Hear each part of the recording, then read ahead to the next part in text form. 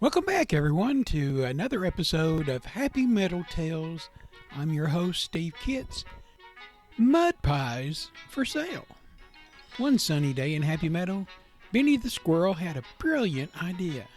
He decided to set up a mud pie stand. With his love for adventure and his entrepreneurial spirit, he thought it would be a fun way to spend the day and maybe even make a few acorns in the process. Benny gathered the necessary ingredients for his mud pie: rich and moist mud from the banks of the pond, colorful wildflower petals, and a sprinkle of twigs and leaves for extra texture. Now the real mud was just for show. Benny placed the bucket of mud on the table for everyone to see. He really was using cocoa powder and oatmeal mixed together to look like mud, and he carefully shaped the mud mixture into small, delectable pies and decorated them with brilliant flower petals. Once his mud pies were ready, Benny set up the small table near the edge of Happy Meadow and right where his friends would normally gather. He placed a sign that read, "Mud pies for sale, 1 acorn each." Word quickly spread through the meadow about Benny's mud pie stand. Robbie the rabbit and Lila the ladybug, along with Max and Samantha, were among the first to stop by. They were curious to taste Benny's creation. Benny greeted his friends with a wide smile and said, "Welcome to Benny's Pie Emporium.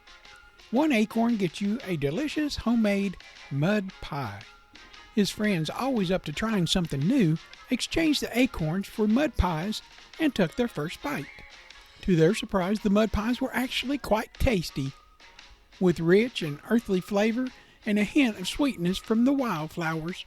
Samantha the snake, with a gleam in her eye, said, "Benny, these mud pies are strangely delightful.